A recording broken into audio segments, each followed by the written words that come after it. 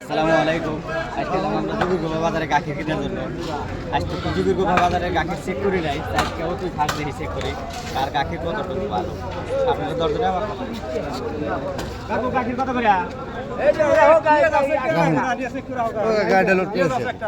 তাহলে আঙ্গ চাচা আচ্ছা আনে তো গাখি কিনছে আম কিনছি আঙ্গ গাখির আম বেশি হয় নাকি কিনা না করে এবি নিয়ে যাচ্ছে না না না এবি না কিনা আছে কেজি কত? পানি হলে ভাড়া আলাদা একবারে কক আসি যে 3 এলে গাখীর চেক করতেছি। দই আছে, দই চেক করবো, দইয়ের মধ্যে পানি হলে 20 টাকা নাকবো। দই 100 টাকা নাকবো, গাখীর 100 টাকা কম দেবো না। ওই 100 টাকা নাকবো, কম দেবেন না, অল্প দেবো না। রোজার মাসে মানুষে এত কষ্ট করে রোজা রেখে যদি পানি খায় তাহলে আর কি কথা হইলো?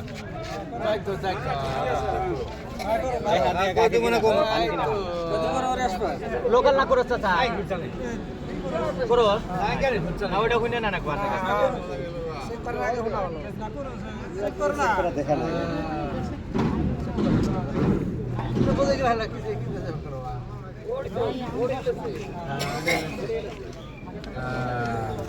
ফোনটা কাটবে ওখানের ফোন এটাই বলছে দেখা লাগে কত দেশে কম্পিউটার পাইলো সকারা ভাই আচ্ছা কোরস হিসাবেও আনের গাখে আরো একদুল্লা হালকা মানে আমি আপনাকে কথাটা কয়ে দিই। হ্যাঁ যেরকম যে বালতির মধ্যে যদি কোরস গাখের মধ্যে অল্প বাড় দেন পানি দেন সামান্য ওই বস্তুটাও কিন্তু ধরা পড়বে। কোরস হিসাবের পার্সেন্ট ট্যাক্স থাকা লাগবে 25, আপনার গাখেরের পার্সেন্ট ট্যাক্স আছে 20, তাহলে 5% মানে অল্প একদুল্লা পানি আছে কিন্তু বেশি না সামান্য। আমার কথা কোনটা জানেন? সাপোজ আমরা রোজার মাসে সবাই রোজা থাকি বা গাখীর কিনা খাই এগুলা পানি না না খারাপ করলাম তো নেক্সট থেকে আরো ভালো গাখীর বেচার জন্য চেষ্টা করবে না খারাপ করলাম অল্প করে মিশাইছি আর কি, ওই অল্প করে মিশাইছি, অল্প করে মিশাইছি।